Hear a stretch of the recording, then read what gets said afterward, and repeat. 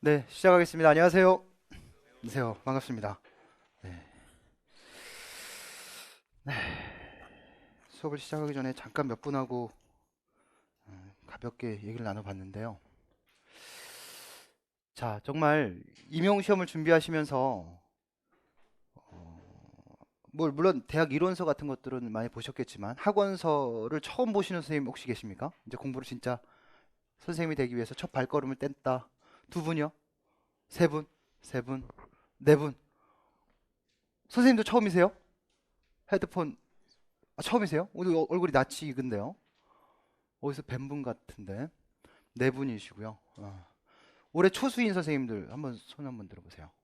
공부는 일단 경험하셨고요. 한 3분의 4분의 5분의 3 정도 되는 거 내려주십시오. 다시 시험 준비하신 선생님들 나머지 전부 다죠? 네. 그래요. 근데 3, 6월 강의는 초수 선생님들한테 뭐 완전히 맞춰드릴 수는 없습니다. 그 진도는 진도로도 나가되 부족하고 모자란 부분이 있으시거나 궁금하고 이해가 안 되시는 부분들이 있으면 오세요. 저한테. 네. 연구실은 바로 밑에 12층에 있으니까 오셔서 언제든지 오셔서 궁금한 거 물어보시고 갈증은 항상 해소하고 그러고 가세요. 음, 네. 제가 강의를 하기 전에 여러분들하고 좀 꼭 나눠야 될 말이 한두 마디 정도는 있어서 그 말을 좀 준비를 해왔어요.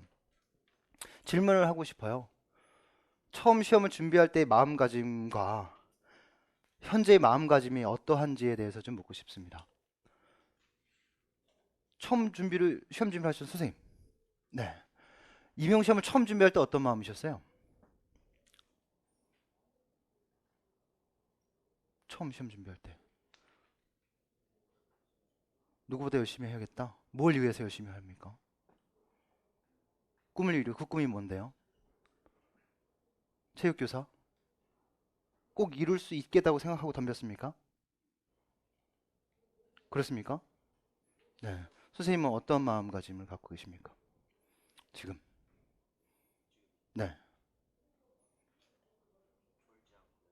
졸지 않고 열심히. 체육교사가 되고자 하는 꿈은 간절하시죠? 아직도. 선생님은 어떠세요?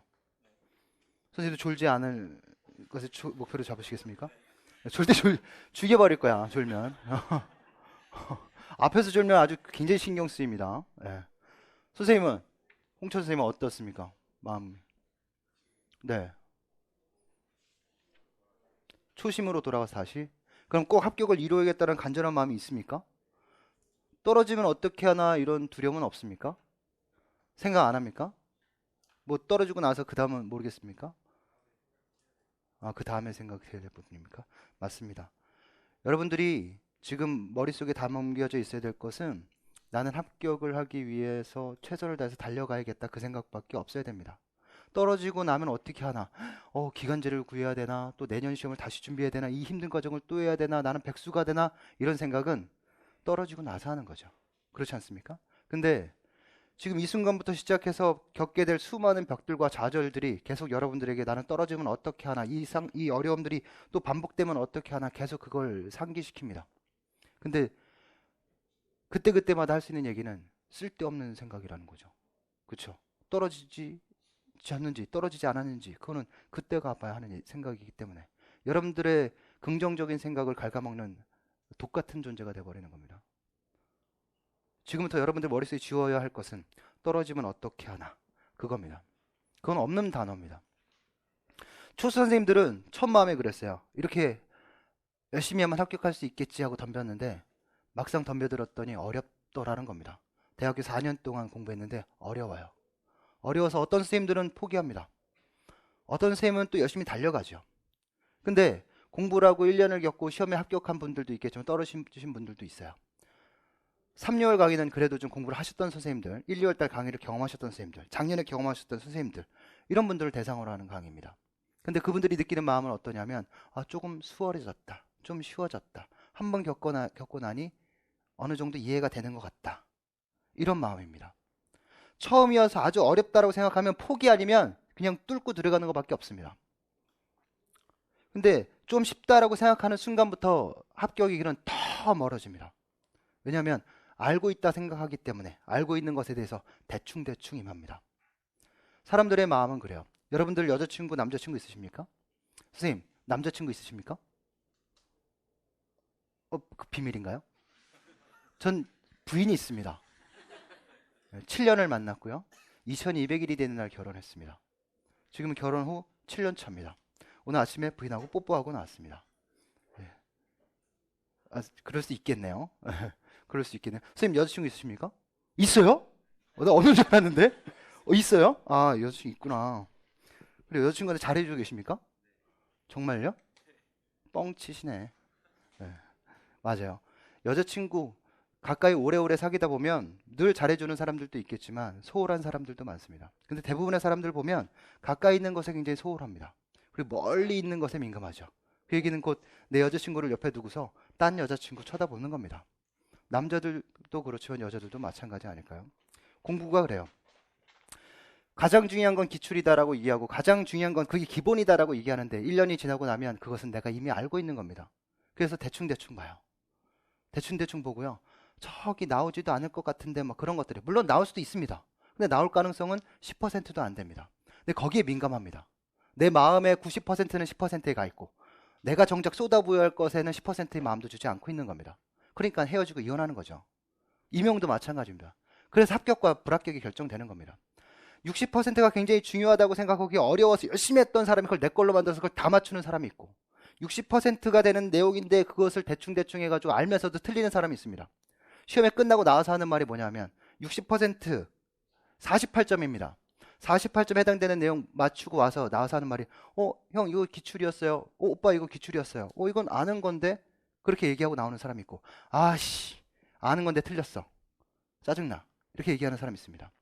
왜? 누구나 나올 거라고. 저뿐만 아니라 노량진의 학원 강사 8명, 9분 되시는 모든 사람들이 늘 항상 강조했던 거고 여러분들끼리도 공부하면서 늘 강조했던 내용이 그 60%입니다. 그렇지 않겠습니까? 근데 진짜로 열심히 하는 사람이 있고 대충 하는 사람이 있습니다. 작년에 제가 연락받은 선생님들, 합격, 최종 합격 연락받은 선생님이 45명이 전화 왔어요. 예, 전화 온 것만 45명이에요. 그 중에 13분이 초수예요. 3분의 1이 초수란 얘기죠. 거진. 그분들은 뭐 얼마나 대단히 뛰어나서요? 아니란 말이에요. 기본에 충실했기 때문입니다. 어려워도 열심히 가고 좀 쉽다 생각해도 대충 하지 않으려면 겸손해야 돼요. 여러분들의 지식에는 그릇이 있습니다. 그 그릇의 크기가 얼마나 넓은지 얼마나 깊은지 저는 잘 몰라요. 아마 그 그릇 속에 지식이 담겨 있겠죠. 어느 정도의 양이 담겨 있는지 모르겠습니다. 하지만 절대로 여러분들이 가진 그릇의 깊이와 넓이에 그 지식의 양은 절대 꽉 차여 있지 않습니다. 그건 장담합니다. 저 역시도 그렇고요. 여러분들도 그렇습니다.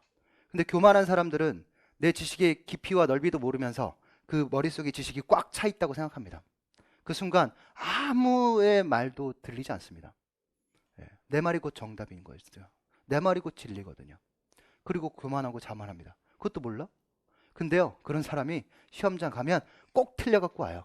이거 아는 건데 틀렸어. 실수야. 올해 운이 없었네. 그 운은 언제까지 없을까요? 모르겠습니다. 그 마음가짐을 버리지 못하는 순간 임용의 합격의 길은 멀어질 수밖에 없는 거죠. 또 그겁니다. 초수 선생님들 여기서 한 3분의 1 가까이 되시는데 올해 합격 가능할까요? 합격 가능할까요? 이봐요. 제 말 안 듣잖아요. 제일 처음에 얘기했던 게 떨어지면 어떻게 하나 이거 버리자라고 얘기했어요. 그럼 여러분들이 할 수 있는 건 뭐예요? 합격하는 것밖에 없어요. 가능합니까? 가능하죠. 지금마저도 그것을 확신하고 믿고 가지 못하면서 어떻게 12월 달에 합격할 것을 장담할 수 있겠어요? 어떻게 최선을 다해서 노력할 수 있겠어요? 이 사람을 내가 꼬셔서 내 여자친구로 만들어 내 남자친구를 만들겠다라고 얘기한다면 언젠간 내 여자친구가 되고 내 남자친구가 될 거라고 생각하고 덤비는 거 아니겠습니까?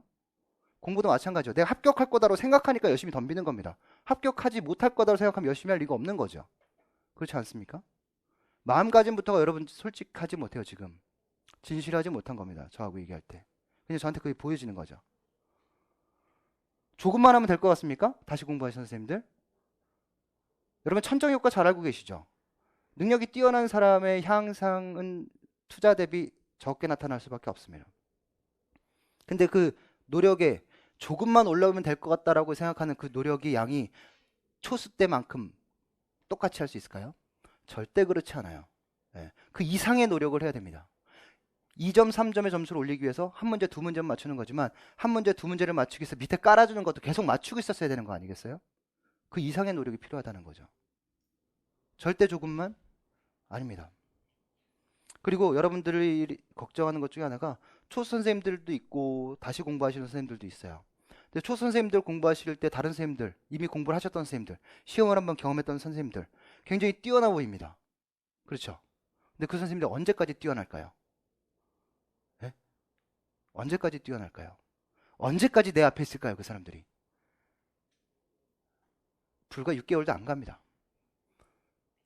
이미 공부하고 있는 선생님들, 이제 초선생님들 있겠죠. 대화를 나눠보고 얘기하다 보면 아, 내 발 밑에 있어. 내랑 어깨를 견줄 수 있는 수준이 아니야. 라고 생각할 수 있습니다. 근데 그 사람은 언제까지 나랑 내 어깨 밑에, 내 발 밑에 있을까요? 절대 언제까지나 그럴 일은 없다라는 거죠. 사자와 사슴의 위치 관계를 따져봅시다. 누가 사자고 누가 사슴일까요? 아마도 도망가야 될 사람들이 사슴이고 따라잡아야 될 사람이 사자겠죠. 초수 선생님들이 사자고요. 앞에 있는 재수, 삼수, 다시 공부하시는 선생님들이 사슴의 위치입니다. 열심히 뛰지 않으면 사자한테 잡아먹힐 수밖에 없어요. 그렇지 않습니까? 그렇다고 잡아먹고 죽이고 살리고 이런 경쟁 구도를 말씀드리는 건 아니지만 최소한 내가 저 사람한테 뒤처진다라면 난 떨어진다라는 생각을 가지고 공부하셔야 됩니다. 그게 서로 성장하는 방법이고요. 내가 저걸 잡아먹지 못하면 내가 떨어진다, 내가 죽는다, 내가 굶어 죽는다 이런 마음가짐 가지고 공부하셔야 되는 겁니다. 그렇지 않겠어요? 그게 첫 마음이었을 겁니다. 예. 여러분들이 생각하고 구체적으로 어떤 모습을 만들지 않았겠지만 그게 여러분들이 임용시험을 준비할 때 첫 마음가짐이었을 거예요. 그렇지 않겠습니까? 다시 한번 여쭤보죠. 합격하실 수 있습니까? 네. 그거 봐요. 지금 5분밖에 없어요. 올해 합격률은 5명으로 절대적인 수치가 정해진 것 같습니다. 네.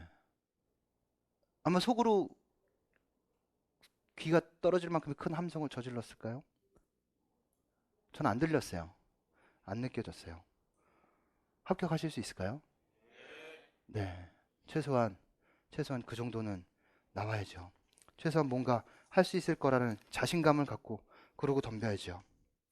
그렇죠. 그게 여러분들의 첫 마음이고 그 첫 마음이 12월에 끝나는 구승원까지 열심히 이어졌을 때 여러분들 합격이 긍정적인 모습으로, 긍정적인 현상으로 나타나게 될 거다라는 걸 믿을 수밖에 없는 거죠. 그렇지 않을까요? 아니, 이런 군대처럼 이렇게 할 필요는 없습니다. 네. 여러분들의 좀 가슴을 좀 뜨겁게 만들어 드리고 싶었어요. 천리길도 한 걸음이다란 말이 있는 것처럼 여러분들 한 걸음 한 걸음 꾸준히 최선을 다하다 보면 결국 그것이 여러분들 것으로 올 수 있는 거니까 힘차게 한번 달려가도록 하죠. 잘하실 수 있죠? 네. 자, 운동생리학 보겠습니다.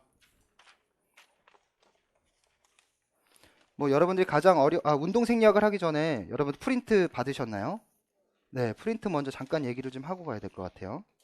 그래서 프린트가 3, 6월 이론 강의에 대한 계획이에요. 그래서 우리는 크게 자연편, 입문편, 스포츠 교육학 이렇게 3개의 파트로 크게 나눠지게 되지 않습니까? 그래서 자연편 중에 운동 생리학 먼저 하고 그 다음에 역학하고 측정평가 할 겁니다. 그 다음에 입문편에 심리, 제어, 그 다음에 사회학, 그 다음에 체육사, 철학 이렇게 할 거고요. 그 다음에 스포츠 교육학의 교육과정, 수업 방식, 스타일, 모형 이렇게 합니다. 그래서 스포츠 교육학을 하게 되는 주가 거의 5, 6월 달 정도 되는데요. 그러니까 교육과정이 항상 이제 좀 변화에 민감한 부분이기 때문에 좀 뒤로 미룬 부분이 없지 않아 있어요. 그래서 각 주차에 맞춰서 거의 진행이 될 거고요. 생리학을 앞에 는 이유는 1, 2월 기초이론 강의 거의 마지막 부분이 생리학이 이루어졌고요. 그 생리학에 대한 어떤 망각이 있기 전에 다시 한번 재복습하고 또 새로 공부하시는 선생님들에게도 가장 이제 짐거리가 되는 것들이 이제 생리학이거든요. 그래서 미리 빨리 하고 정리할 수 있는 시간을 많이 가지게 하는 것이 보다 공부에 효과적이다라고 판단했기 때문에 생리학을 넣었습니다. 그 다음에 두 번째 프린트를 보시면 운동생리학 2016학년도 기출문제 이렇게 있어요. 이 교재는 2015학년도 기출문제까지 수록이 되어 있습니다. 그래서 작년에 만든 교재인데요. 교재를 제가 매번 이렇게 바꾸지 않는 이유는 제 소신 때문에 그래요. 그러니까 책으로 이제 일반 보통 강사는 책을 출판을 하면 책값의 인세의 10%를 받습니다. 근데 저는 이거를 정식 출판하지도 않았고 그래서 인세를 받지 않는 게 제 소신이거든요. 그래서 책값을 낮추는 게 소신이었고 그러다 보니까 책을 이렇게 만들면 올해 또 만들면 내용은 거의 똑같은데 또 책을 또 구입해야 돼요. 페이지 수가 안 맞고 보기 불편하니까. 그래서 프린트물로 이렇게 제공을 해드리는 거니까 좀 불편하시더라도 좀 이해해 주시기를 부탁드리고요. 보통 이제 2016학년도 생리학 기출문제 3문제가 출제됐어요. 그 문제를 문제하고 또 해설 관련된 내용들하고 같이 매 영역들이 지나갈 때마다 프린트로 제공해 줄 테니까 이 내용을 그 사이사이 책 구성 사이사이에 관련된 내용을 끼워 넣으시면 될 것 같아요. 지금 양면으로 프린트가 되어져서 여러분들이 불편하실 수도 있을 것 같아요. 만약에 단면으로 프린트를 하시는 걸 원하시면 오늘 것도 단면으로 다시 재프린트 해드릴게요. 단면이 나으실까요? 네, 단면으로 프린트 다시 할 수 있도록 말씀드리세요. 네, 그렇게 해서 기출문제와 관련된 내용들이 같이 함께 이루어질 수 있도록. 그래서 3열 강의의 가장 큰 핵심은 뭐냐면요. 1열 강의 때도 말씀드렸지만 우리가 집을 짓기 위해서 기초공사를 해야 되지 않겠습니까? 그래서 1, 2월 달 강의는 기초를 이렇게 판 거라고 보시면 돼요. 그래서 기초를 파서 내가 어떤 내용이 어떻게 다루어지고 이런 내용이 있구나 정도라 알면 그걸로 충분합니다. 뭐가 암기를 하지 않았어도 어차피 공부를 계속해 나가다 보면 알게 될 것들이니까요. 그러면서 이제 기초의 가장 큰 뼈대와 골격들을 이렇게 쭉 쌓아 올리겠죠. 그것이 기출문제입니다. 네. 이게 저는 60% 정도로 봐요. 네. 물론 대다수의 다 그렇습니다. 60%의 내용들 내 걸로 쭉 만들어가면서 결국 전공 점수의 약 48점 정도를 받게 되는 겁니다.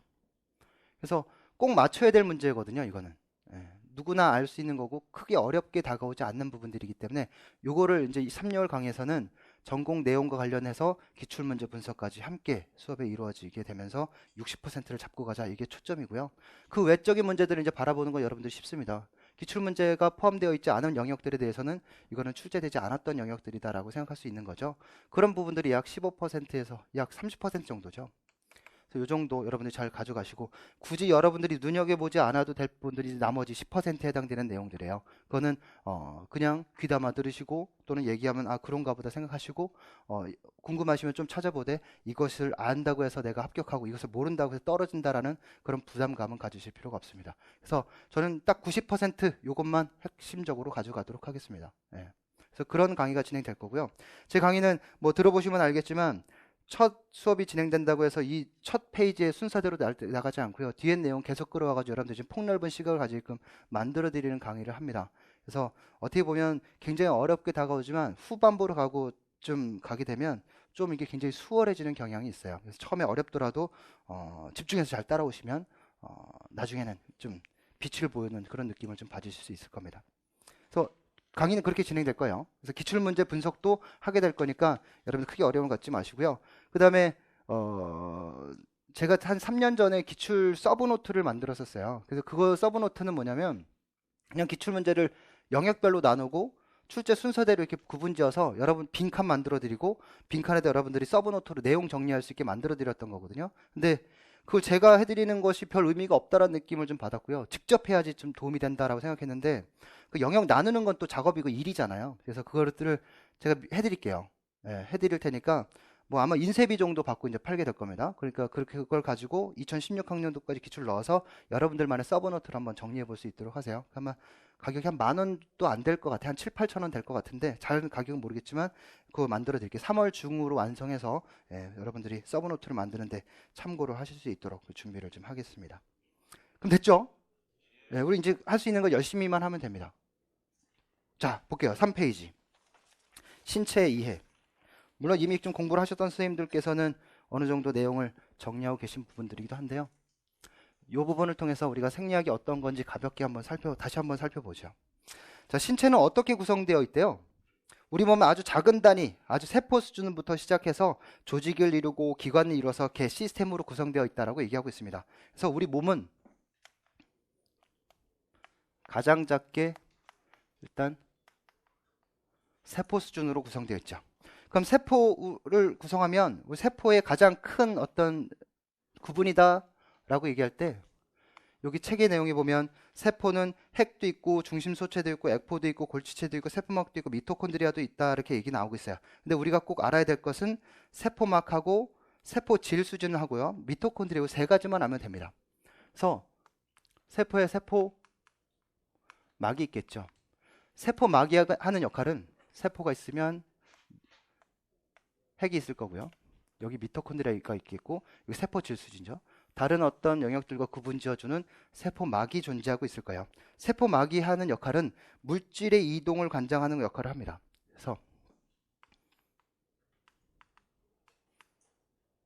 물질 이동을 관장하죠. 그래서 세포막은 그냥 물질을 통과시키는 경우도 있고요. 농도 차이에서 높은 농도에서 낮은 농도로 투과시키는 경우도 있고 필요로 하는 물질들만 이렇게 받아들이는 경우들도 있어요. 그것을 우리는 선택적 투과다라고 얘기하는데 어쨌든 이런 세포막을 통해서 지용성 물질들과 수용성 물질들이 움직여지게 됩니다. 즉 이동을 하게 되죠.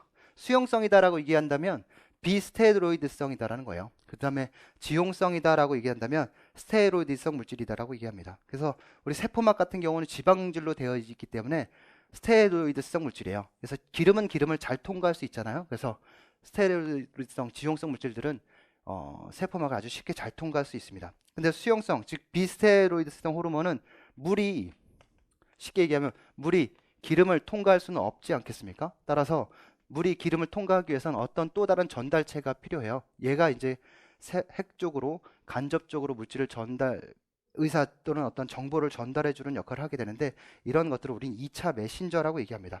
뭐 굳이 꼭 알 필요는 없고요. 그래서 지용성, 수용성 물질 같은 경우는 2차 메신저를 통해서 어떤 세포에게 정보를 전달한다라고 얘기할 수 있는 거죠. 그 정도만 아셔도 됩니다. 중요한 건 그 다음이죠. 세포 질수질입니다. 세포질에서 나타나는 일은 두 가지 정도로 압축할 수 있어요. 가장 큰 거는 물질을 저장한다는 겁니다.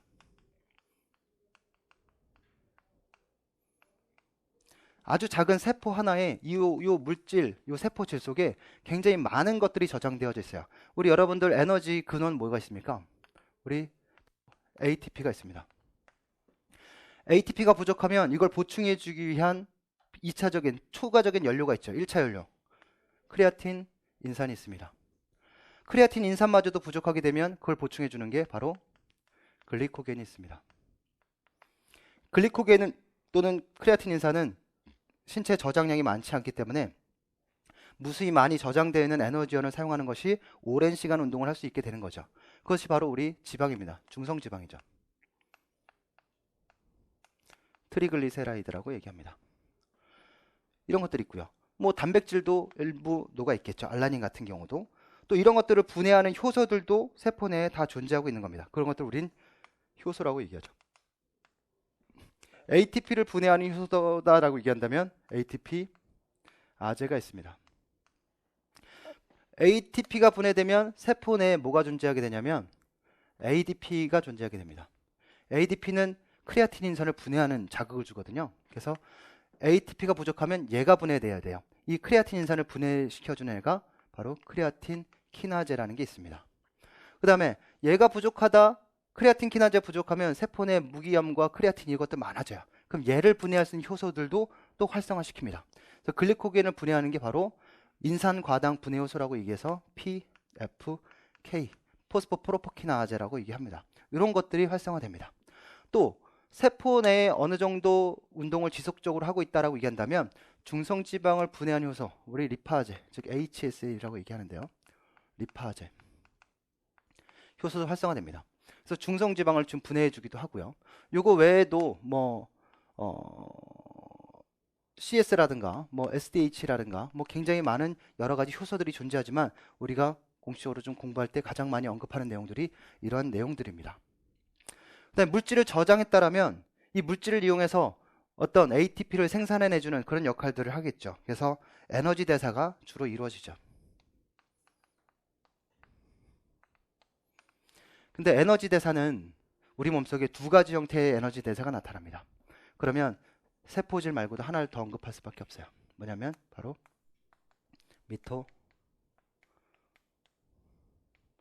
미토콘드리아입니다. 미토콘드리아가 주로 하는 것도 역시 에너지 대사입니다. 그러면 세포질 속에 이루어지는 대사하고 미토콘드리아에서 이루어지는 대사하고 가장 중요한 건 세포질 속에서는 산소의 공급이 필요 없습니다.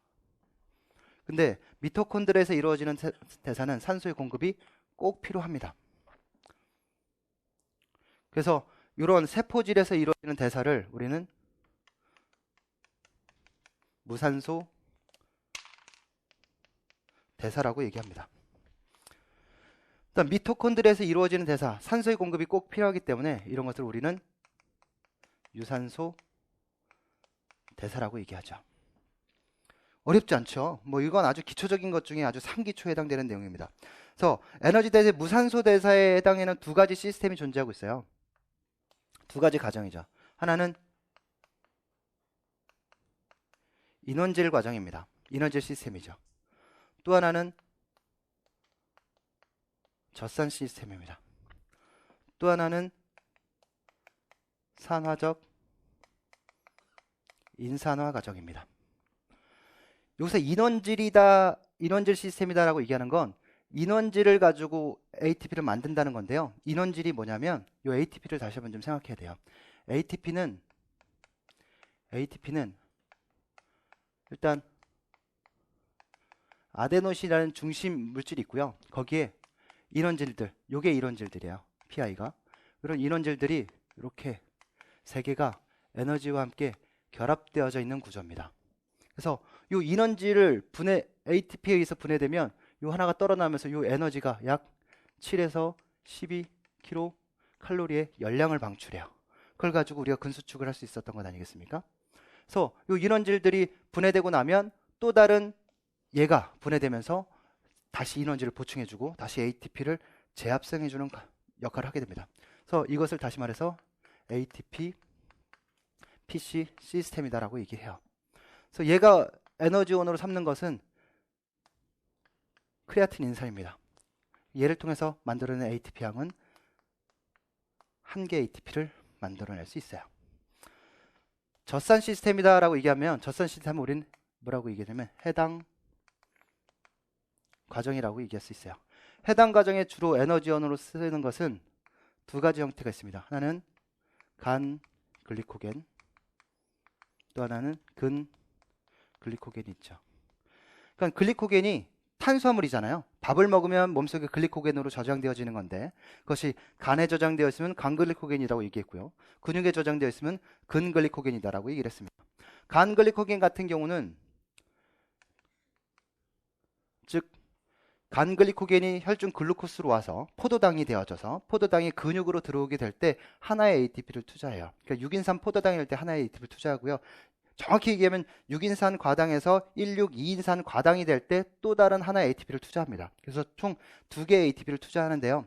그 결과 만들어낼 수 있는 ATP는 총 4개를 만들어낼 수 있어요. 그래서 마이너스 2 ATP 투자에 플러스 4개의 ATP를 생산할 수 있기 때문에 결과적으로 총 2개의 ATP를 만들어낼 수 있습니다. 나중에 이제 우리가 어떻게 이렇게 만들어지는지도 보게 될 거고요. 근글리코겐 같은 경우에는 근육에 저장되어 있는 글리코겐이거든요. 만약 근수축 활동을 한다면 간에 있는 거 끌어다 쓰는 게 빠르겠습니까? 근육에 있는 거 끌어다 쓰는 거 빠르겠습니까? 당연히 근육에 있는 거 끌어다 쓰는 게 빠르겠죠. 그럼 근육에 있는 글리코겐을 쉽게 분해할 수 있어요. 그래서 가인산 분해 요소라는 게 있어서 근육에 있는 글리코겐, 근육에 있는 글리코겐에 인산기를 아주 쉽게 딱 붙여줄 수 있습니다. 그래서 ATP를 많이 투자할 필요가 없어요. 6인산 포도당이 될 때 ATP를 투자할 필요가 없기 때문에 실질적인 투자는 162인산 과당으로 분해될 때 하나의 ATP만 투자합니다. 그리고 만들어낼 수 있는 ATP는 총 4개의 ATP가 만들어지기 때문에 결국 3개의 ATP를 생산해낼 수 있죠. 문제는 얘를 왜 인원질 시스템이라고 얘기하냐면 하나의 ATP 만들어냈는데 이런 운동만 계속하게 되면 초고강도 운동이 되는 거예요. 아주 10초 내에 짧은 운동이거든요. 그러니까 얘하고 얘만 둘이 서로 교환하면서 ATP를 계속 만들어내는 운동이기 때문에 세포 내에 남는 것은 무기된 유리된 인원질 요거밖에 없게 됩니다. 얘가 이제 문제를 일으키는 건데요. 얘는 근수축에 굉장히 부정적인 영향을 미쳐요. 그러니까 일단 얘가 많아진다는 건 세포 내에 ATP 농도가 굉장히 부족해진다는 거고요. 근수축을 위한 트로포닌이 무엇에? 칼슘에 대한 민감도가 저하되어서 결국 교차 결합이 형성 안 된다는 거죠. 근수축이 어려워진다라는 거였습니다. 그리고 얘의 문제는 이렇게 2개 ATP, 3개 ATP 안들어 얘네들은 보통 한 30초 이내 운동들을 얘기하거든요. 그러니까 우리가 100m 달리기라든가 뭐 200m 달리기 운동할 때 주로 이런 젖산 시스템을 주로 에너지원으로 사용합니다. 젖산 시스템을 에너지원으로 사용하면 체내에 축적되는 게 바로 젖산이에요. 체내는 젖산으로 축적되지는 않아요. 젖산 염의 형태로 축적됩니다. 그래서 보통 C3H6O3인데요. 젖산염은 수소이온이 5개 있는 거예요. 어쨌든 이렇게 일반적으로 젖산이라고 얘기하죠. 젖산은 결국 체내에 녹아나면 무엇을 배출하냐면 수소이온을 밖으로 방출해내요. 젖산이 산성물질인데 수소이온을 방출해내고 나서 수소를 잃었기 때문에 젖염이라고 얘기하는 겁니다. 염기성 물질을 띈다는 거죠. 어쨌든 수소이온을 방출하면 이 수소이온이 바로 트로포닌 칼슘에 대한 민감도를 떨어뜨려요. 더더군다나 얘는 자기들을 분해시키려고 했던 PFK라는 해당 효소를 억제시킵니다. 이런 부정적인 역할들을 해요. 따라서 단시간 고강도 운동을 하면 굉장히 어떤 순발력이 뛰어난 운동, 파워 높은 운동을 할 수 있지만 얘네들과 같은 부산물이 축적되기 때문에 결국 운동을 지속할 수 없습니다. 저장돼 있는 양도 극소량이고 아주 적은 양밖에 없다라는 얘기예요. 따라서 운동을 지속적으로 하려면 내가 굉장히 많이 저장하고 있는 에너지원을 이용해서 하는 것이 보다 효과적이다라는 거죠. 그리고 더 많은 에너지들을. 그러니까 얘네들은 에너지의 수요가 굉장히 높을 때 그것을 뒷받침해 줄 수 있는 대사 과정이다라고 얘기할 수 있어요. 그다음 산화적 인산화 과정을 얘기하면 산화적 인산화 과정은 우리가 3개의 에너지원을 주 에너지원으로 사용해요. 가장 대표적인 게 탄수화물이고요. 그 다음이 지방이고요. 그 다음이 단백질이에요. 그러면 탄수화물을 분해하는데 탄수화물은 결국 체내에 들어오면 글리코겐으로 저장된다는 거죠. 글리코겐을 뭘 거치냐면 지금 얘를 분해해서 2개 ATP를 만들어낸다고 했지 않습니까? 그 과정을 일으키는 게 해당 과정이고요. 그래서 해당 과정을 통해서 지금 2개 ATP 또는 3개 ATP를 만들어냅니다. 해당 과정을 거쳐서 만들어내는 게 뭐냐면 아세틸 주요소 A라고 그래요. 그러니까 쉽게 그냥 쓰죠.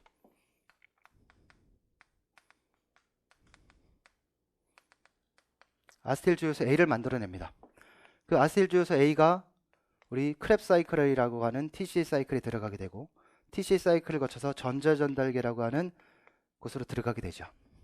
그 과정을 거쳐서 총 몇 개 ATP를 만들어내냐면 38개, 간글리코겐 같은 경우는 38개, 그 다음에 근글리코겐 같은 경우는 39개의 ATP를 생산해내게 됩니다.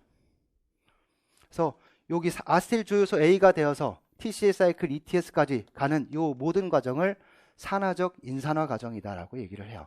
이게 어디서 일어나냐면 해당 과정까지는 어디서? 세포질에서 일어났고요. 아세틸 주요소 A가 되고 크랩 사이클을 가고 전자전달계로 가게 되는 것들은 모두 다 미토콘드리아에서 이루어지게 됩니다. 결국 이렇게 하고 나서 방출되는 것은 부산물은 뭐가 있냐면 물과 순서대로 얘기해야죠. TCA 사이클에서 나오는 것은 이산화탄소고요. 전자전달계를 거쳐서 H2O, 물이 나오게 됩니다. 올해 시험 문제는 이걸 쓰는 게 시험 문제였어요. 아주 우습죠. 이런 지금 상기초에 대한 문제인데 이게 나왔단 말이에요. 그리고 젖산이 혈중으로 가서 다시 글리코겐으로 재합성하고 다시 근육으로 와서 에너지원을 이용되는 그 코리 사이클에 대한 것들, 여기선 간과 근육에 대한, 간에서 에너지원을 쓰이고 간으로 에너지원을 보충하고 근육에서 에너지원을 쓰이고 이 둘 사이를 연결해 주는 게 바로 혈액에서의 포도당, 글루코스죠. 이 순환의 과정을 물어보는 게 시험 문제로 나왔단 말이에요. 그러니까 지금 우리 첫 시간에 하는 내용들이 문제로 벌써 2문제나 출제된 겁니다. 지방 같은 경우는 어떻게 저장되어 있다 그랬어요? 중성지방의 형태로 저장되어 있다 그랬죠. 중성지방의 형태로 저장돼. 이 중성지방은 글리세롤하고 세 개의 유리지방산으로 되어 있어요. 유리지방산이 분해되면서 어떻게 분해되냐면 유리지방산은 해당 과정이 아니라 다른 과정, 베타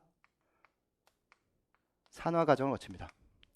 베타 산화 과정을 거쳐서 뭘 만들려고 하냐면 똑같이 아세틸 주요소 A를 만들어내는 거예요. 그래서 아세틸 주요소 A를 만들어내면 똑같이 또 TCA 사이클 들어가고 또 ETS 전자전자에게 들어가서, 근데 얘네들은 유리지방산이 팔미트산이라는 것도 있습니다. 또는 스테아릭산도 있죠. 뭐 이거 지금 이름 알 필요 없습니다. 근데 얘네들이 있는데 팔미트산은 8개의 주기, 얘는 9개의 주기로 돌아가요. 그래서 총 만들어낼 수 있는 게 약 130개에서 147개의 ATP를 만들어낼 수 있습니다. 결국 얘네도 분해되고 나서 뭐로? 이산화탄소와 물로 완전히 분해되어집니다. 그렇죠? 그다음에 단백질 같은 경우는 뭐냐면 얘는 이제 보통 알라닌이라는 형태로 이제 저장되어져 있는데요. 이 알라닌 같은 경우는 쭉 분해되어서 결국 아세틸 주요소 A를 만들기도 하고요. 알라닌은 해당 과정이 역순으로 가서 그 초성포도산을 재합성하는데 그것을 만들어내기도 합니다. 또 알라닌 같은 경우는 여기 TCA 사이클을 가면 시트르산이라는 게 있어요. 쉽게 얘기해서 우리나라 말로 구연산입니다. 이 구연산을 만들어내면 이 구연산은 나중에 여기 해당 요소를 억제하는 작용을 하거든요. 얘가 막 활성화되면 젖산이 생성될 텐데 얘가 많이 만들어지면 지방을 또는 아주 편안한 완전히 분해할 수 있는 대사적인 연료를 사용해서 인체를 편안하게 운동할 수 있도록 해주는 겁니다. 그러니까 이런 것들이 주로 이루어지게 되고요.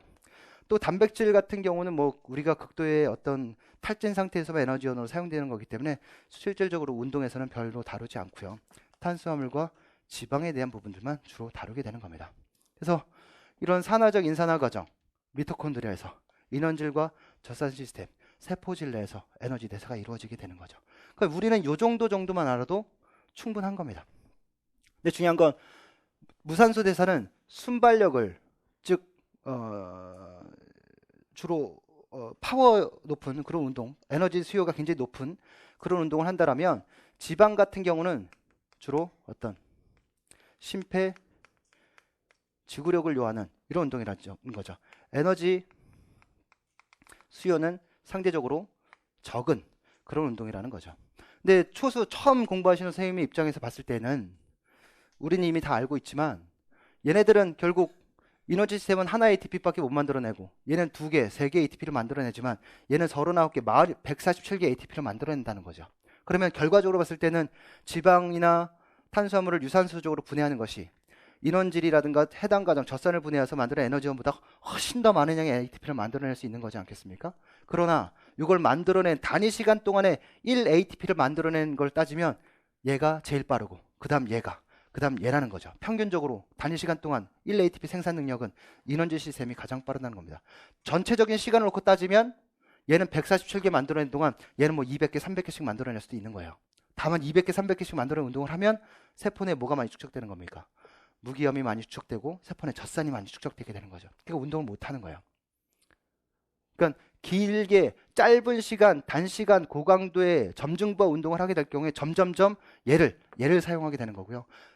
긴 시간 동안 우리가 5분에서 10분 이상 계속적으로 지속적으로 산소를 이용해서 산화시키면서 운동을 하게 되면 우리는 결국 탄수화물로부터 지방을 주된 에너지원으로 사용하게 되는 겁니다. 몸이 그다지 피곤을 느끼지 않으면서 에너지원을 쓰면서 운동을 하고 있는 거고요. 고강도의 운동을 할 수 있때 단 몸은 피곤해진다라는 거죠. 그래서 딱 잘라서 이렇게 양분할 수 있어요. 이렇게 양분하면 얘는 순발력이고 심폐지구력이잖아요. 그럼 우리 근섬유도 얘네들은 주로 FT 섬유 많이 쓰는 겁니다. 얘네는 ST 섬유 많이 쓰는 거예요. 얘네 운동하면 주로 탄수화물 주로 에너지원으로 사용하겠죠. 얘는 주된 에너지원을 지방을 주된 에너지원으로 사용하게 되는 겁니다. 그러니까 이런 운동 많이 하면 어떤 근육 발달해요? 이런 근육 발달하는 거고요. 이런 운동 많이 하게 되면 이런 근육 많이 발달하는 겁니다. 이런 운동 많이 한다? 단위 시간 동안 에너지를 굉장히 많이 충족시켜줘야 되는 운동이지 않겠습니까? 그러니까 심장도 굉장히 두꺼워져요. 심근이 두꺼워지는 발달이 나타나고 이런 운동 많이 하게 되면 많은 양의 혈액을 산소를 공급해줘야 되는 운동이 되지 않겠습니까? 이런 운동하면 심실강의 크기가 커지게 되는 겁니다. 그래서 이런 트레이닝 방법에 따라서 이런 트레이닝 방법에 따라서 신체적인 변화는 다르게 나타날 수 있는 거죠. 그렇죠? 예. 그런 것이 이제 우리 세포, 아주 세포 수준에서 얘기를 했던 거고, 세포들이 모여서 뭘 만들겠어요? 결국 조직을 만들고, 조직이 모여서 기관을 이루고, 기관이 모여서 어떤 시스템을 이루겠죠. 이 시스템에 대한 부분들이 여러분들이 좀 잘 정리되어 있어야 돼요. 우리 몸속에 시스템은 크게 5가지 정도 생각하시면 됩니다. 신경계, 내분비계, 호흡계, 순환계, 근육계. 이 정도만 생각하면 돼요. 그러면 자, 신경계가 있다.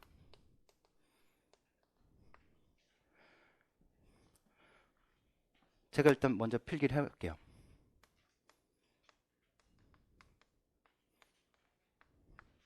그러니까 신경계는 한마디로 전기적 자극이다 보고요. 내분비계는 어떤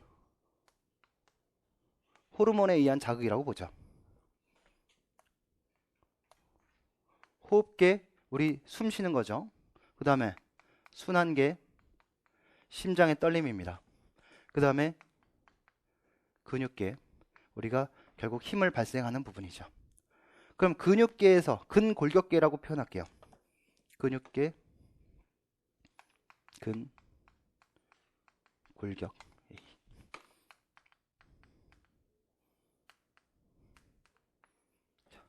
자, 우리가 운동을 시작하게 되면 아마 명령을 이렇게 내렸을 겁니다. 운동을 시작해라. 어떤 공이 날라온다. 공을 받아라. 선생님이 뛰라고 한다. 뛰어야 된다. 뭐 명령을 내렸겠죠. 분명히 명령을 내려서 운동을 시작했을 겁니다.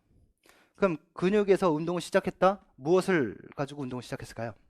이 ATP를 분해하면서 ATP가 여기처럼, 자, ATP가 분해되어서 ADP와 플러스 무기염과 플러스 에너지, 이 에너지를 이용해서 근육이 수축하면서 운동을 했을 거란 말이에요. 그렇죠? 근육이 수축하고 뭐 처음에는 아마도 가장 빨리 동원할 수 있는 인원지 시스템을 썼을 거고요. 그 다음은 젖산 시스템을 썼을 거고, 그 다음 산화적 인산화 과정을 썼겠죠. 왜 그렇게 썼어야 되냐면 근육이 바로 명령을 내려서 수축 이완하라라고 얘기하면 호흡을 늘려라, 순환계, 심장을 많이 뛰어라 라고 얘기하기도 하겠지만 결국 가장 빨리 쓸 수 있는 건 여기서부터란 말이에요. 에너지를 쓸 수 있는 것은. 그러면 여기서 에너지를 쓰면 순환계를 통해서 뭘 공급해줘야 되냐면 산소를 공급해줘야 되고, 순환계 결국 호흡을 통해서 산소를 공급해줘야 되는데 얘가 여기 왔다가 여기까지 가는 데는 시간이 오래 걸린단 말이에요. 그러니까 근육에는 마이오글로빈이라고 하는 애가 있어요. 마이오글로빈이라는 애가 산소를 이렇게 저장하고 있습니다. 근데 이것도 좀 나중이고요. 이 안에 이제 ATPPC, 여기 골격계의 요 세포 질 수준 얘기하는 거예요. ATPPC라든가 글리코겐이라든가 이런 것들이 저장되어져 있었고, 그걸 통해서 우리 ATP를 이용해서 근육이 수축할 수 있도록 만들었고요. 그걸 통해서 우리가 움직임을 만들어낸 건 아니겠습니까? 그럼 움직임을 만들어낸 것에 대한 자극이 왔을 거고요. 이걸 원심성 자극이라고 하죠. 자, 명령을 내렸습니다. 그럼 여기에 무슨 일이 벌어질까요? 근육 안에. 자, 움직입시다. 힘을 발현했어요. 그럼 무슨 일이 벌어질까요? 아마 에너지원을 썼겠지요. 그쵸? 뭐가 생길까요? 어떤 굉장히 급하고 빠른 운동이 얘가 생길 거 아니겠습니까? 그보다 조금 낮은 강도라면 얘가 생겼겠죠. 얘네들 제거하려면 결국 뭐가 필요했겠어요? 산소가 필요했을 거고, 결국 분해했더니 뭐가 많이 생겨요? 이산화탄소 물이 생겨요. 즉 세포 내 변화가, 근골격계 내 변화가 아마도 세포 내 산소의 분압은 떨어지는 변화가 나타날 겁니다. 그쵸? 산소를 썼으니까. 그 다음에 쓰고 나서 배출된 이산화탄소 양은 점점 많아질 거예요. 그쵸? 또 뭐도 쌓일까요? 젖산도 쌓이겠죠. 젖산 염일 거고요. 젖산은 결국 무엇을 방출하게 되냐면 수소이온을 밖으로 방출하게 돼요. 이 음의 대수관계에 있는 폐하, pH 수준은 점차 떨어지게 됩니다. 이 얘기는 뭐냐면 뭔 된다는 거예요? 산성화 된다는 거죠, 신체가. 그렇죠? 또 체온은 높아지게 될 거예요. 뭐 이거 말고도 또 여러 가지 변화들이 있겠죠. 이런 신체적인 변화가 나타나게 되면 이것을 근골격계에서는 어디? 신경계로 다시 되돌립니다. 이게 바로 무슨 신경이냐면 구심성 신경이죠. 그러니까 쉽게 얘기해서 감각신경입니다.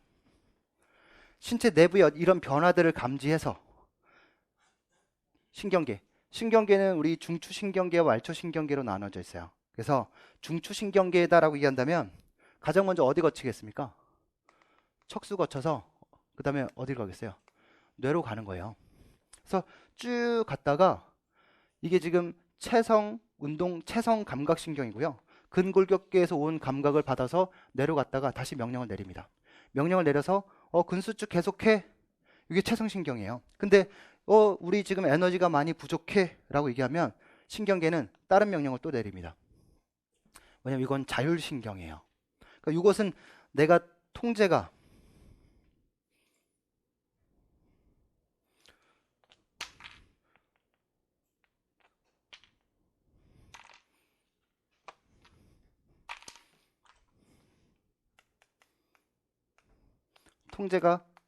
가능한 신경인데요. 체성신경이라고 얘기해요. 근데 자율신경은 통제가 불가능해요.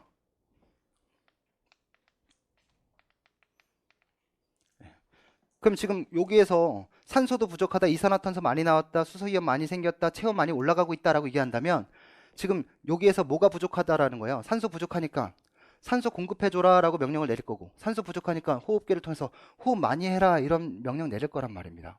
근데 지금 이 운동이 만약에 이런 지구성 운동이다라고 얘기한다면 어떤 변화가 생기냐면 순환계에서는 그냥 이런 변화예요. 심장은 훅 이런 변화입니다. 호흡도 이런 변화입니다. 그렇죠? 근데 만약에 단시간 고강도 운동이다 이런 운동이다라고 얘기한다면 순환계는 어떠는데 빡 칩니다. 이렇게 뛰어야 되는 거죠. 그래야 빨리빨리 공급할 수 있는 거예요. 단위 시간 동안에 많은 양의 ATP를 요구하는 그런 운동이기 때문에 빨리빨리 보내줘야 되는 운동입니다. 그럼 얘네도 어차피 해주는 건 산소를 공급해줘야 되는 거고, 근육에서 나와 있는 무엇을 제거시키겠어요? 파란색으로 해요. 이산화탄소를 순환계를 통해서 배출해줘야 되고요. 순환계는 다시 뭘 통해서? 호흡계를 통해서 배출이 되겠죠. 그래서 어디로? 신체 외부 환경으로 이산화탄소를 배출시켜버리고 신체 외부의 산소를 들이마셔서 호흡계로 받아들이게 되는 겁니다. 그렇죠? 근데 산소만 들어와서 이산화탄소를 배출하면 들어온 것만큼 쓰고 나가면 좋지 않겠습니까? 근데 우리는 대사가 이런 유산소 대사만 하는 것이 아니라 단시간 고강도 운동을 하게 되면 이쪽 대사를 쓴단 말이에요. 이쪽 대사 쓰면 뭐가 생겨요? 이런 수소이온들이 생겨요. 그러니까 얘네들을 제거해 줄 수 있는 방법이 필요하다는 거예요. 그래서 체내는 뭐가, 여러분 이제 좀 있으면 나중에 하시게 되겠지만 중탄산 이온이라는 것들이 있어요. 그래서 중탄산 이온이 요 수소 이온과 이렇게 결합해요. 그럼 결국 뭘 만들어내냐면 H2CO3 탄산을 만들어내게 되고요. 호흡기에서 탄산이 이산화탄소와 물로 이렇게 나눠져요. 물은 그대로 순환하고 이산화탄소를 추가적으로 밖으로 배출하게 되는 겁니다. 그래서 호흡이 가빠지는 거죠. 그리고 호흡이 들어온 양의 산소보단 내뱉는 이산화탄소량이 더 많은 과한기를 하게 되는 거예요. 이런 거예요.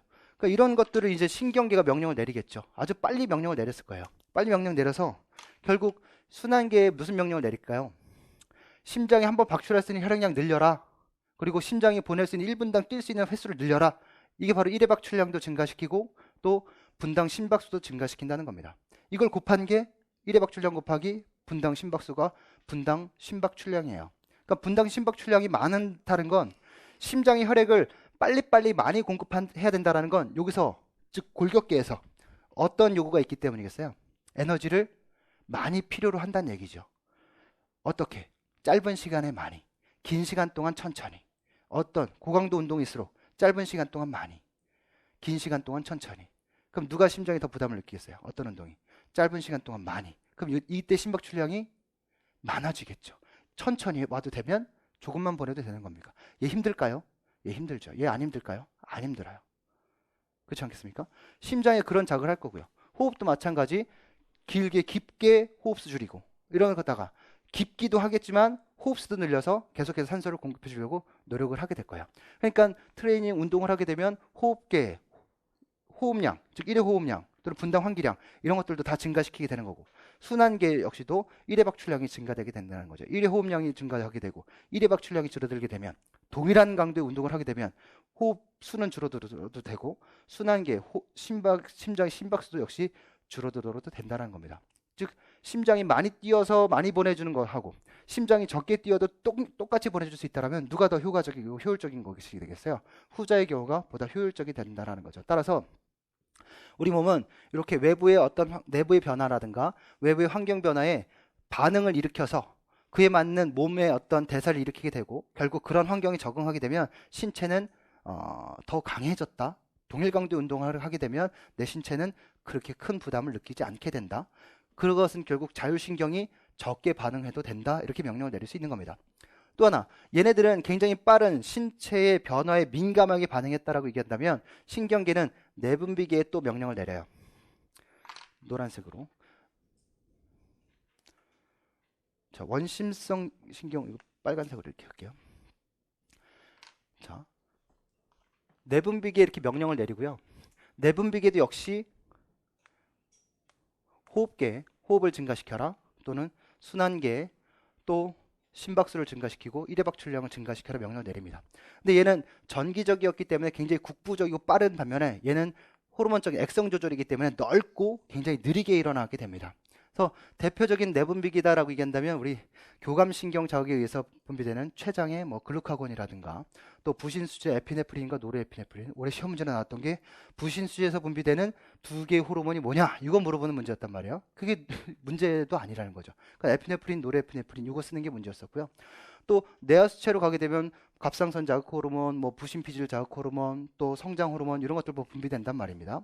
또 뇌하수체 후엽으로 가게 되면 뭐 항이뇨 호르몬 이런 것도 분비되겠죠. 어쨌든 이런 것들을 통해서 신체가 요구하는 에너지를 신경계에 의해서 빠르게 충족하고 나머지는 천천히 항정 상태를 맞춰가는 그런 모습으로 인체를 적응시켜 나가게 되는 거예요. 환경에. 그러니까 이런 것들이 이게 가장 기본적인 구조입니다. 이것만 잘 이해하고 계시면 하나 더 쓰셔야 될 게 얘는 구심성이지만 체성 운동신경이에요. 얘네들은 다 원심성 신경입니다. 또 자율신경에 뭐 교감신경이 있을 것이고 뭐 교감신경이 있을 것이고 부교감신경이 있겠죠. 그러니까 부교감신경은 안정시고 교감신경 운동시에 대한 얘기인데 어찌됐든 얘네들 전부 다 신체를 환경 변화에 맞춰 나가기 위해 신체를 반응시키게 되는 부분들이기 때문에 전부 원심성 신경이다라고 얘기해요. 그래서 중추로 들어가는 자극들을 우리는 원심성 신경으로, 뇌를 통해 척수를 통해서 다시 몸으로 보내지는 자극들을 우리는 원심성 신경이다라고 얘기합니다. 그래서 이런 신체 내 여러 자극들에 대한 신체의 어떤 반응 사이의 관계가 일치된다라고 얘기한다면 인간은 굉장히 편안하게 운동을 할 수 있는 거예요. 그래서 우리가 트레이닝 전과 후를 비교해 보게 되면 트레이닝 전의 자극은 굉장히 이렇게 큰 자극이 오게 되고요. 뭐 산소의 변화, 이산화탄소 분압, 여기에 대한 신체의 반응 사이의 관계는 항상 그것을 낮추어주는 반응으로 나타나게 됩니다. 이것을 우리는 네거티브 피드백 또는 보상 조절 반응 또는 음성 대목 이전 얘기하죠. 이렇게 하지만 이런 트레이닝 전과 트레이닝을 통해서 후의 관계를 보면 트레이닝을 통해서 아마 인체에 굉장히 많은 변화들이 나타났지 않겠습니까?